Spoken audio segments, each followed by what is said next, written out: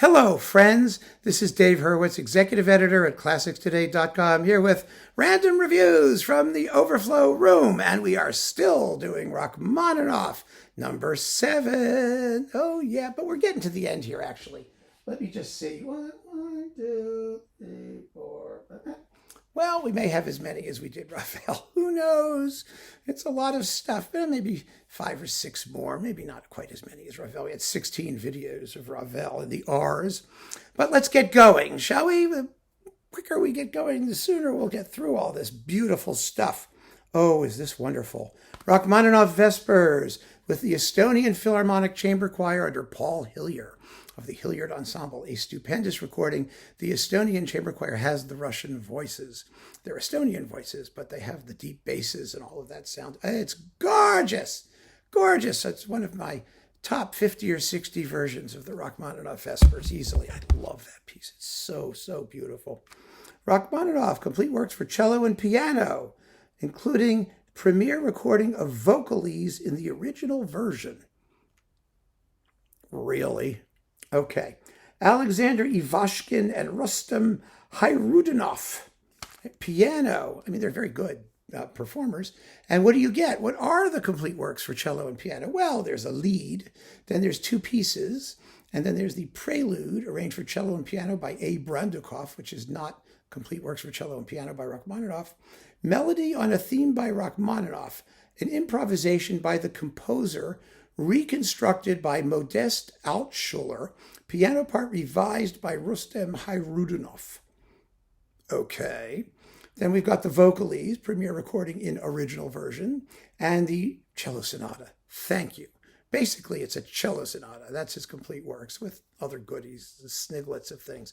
It's a lovely disc. It's on Chandos, and if you want that sort of thing, go for it. Wow, piano concerto number 3. Yo, again. Piano sonata number 2, Vladimir Horowitz with Ormandy, the New York Phil, the second sonata. We talked about this in a previous video.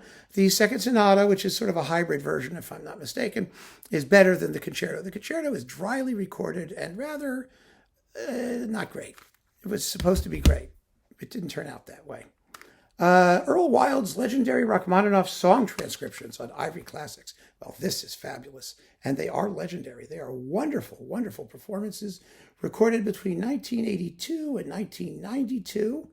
And they are beautiful, absolutely beautiful, gorgeous, wonderful. Wild was a master at this sort of thing, as you know, and he plays them stupendously. So that is definitely a thing. It's on Ivory Classics. Horowitz plays Rachmaninoff and Liszt. Well, this is better. I mean, this is the Sony recording here of his Rachmaninoff. You've got the prelude in G sharp minor, the piano sonata number 2. Again, it's better than the RCA one, I think, unless it's the same one and I'm just not paying attention. The Etude Tableau, a bunch of those, and the Moment Musical in B minor, opus 16. Then you've got some fun Liszt, like the Hungarian Rhapsody in D minor, number 19, the Consolation in E major, Valet Dobermann, and Scherzo in March. So there you go. Horowitz is better there than he was on that third piano concerto.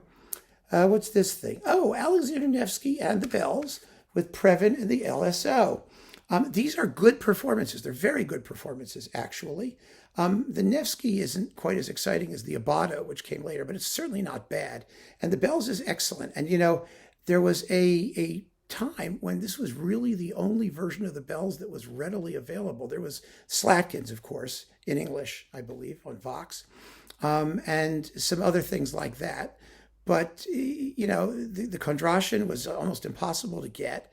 And to get a modern recording of the Bells in stereo on a major label like that was really ready to get. The trouble with the Slatkin was that pressings were so awful.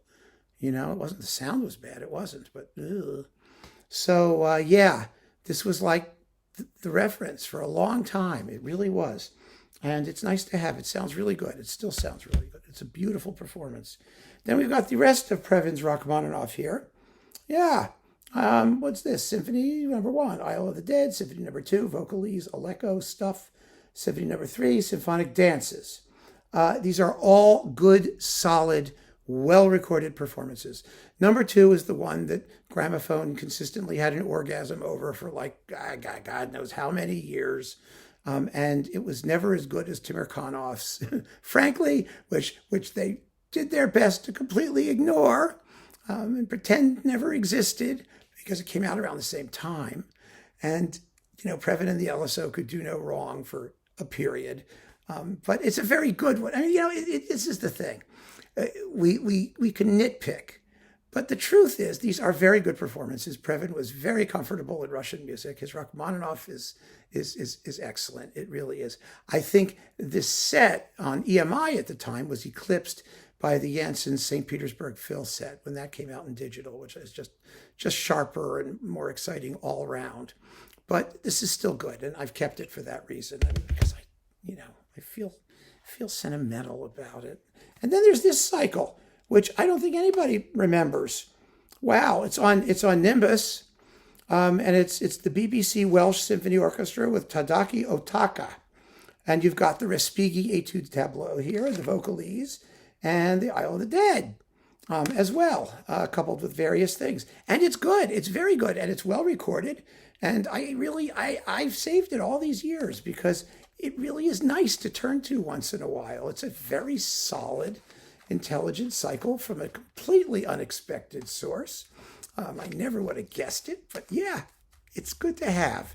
And some of these things, they're just fun to hang on to because they become collector's items. And I think that's sort of one of those. Anyway, keep on listening, friends. Thanks so much for joining me, and take care.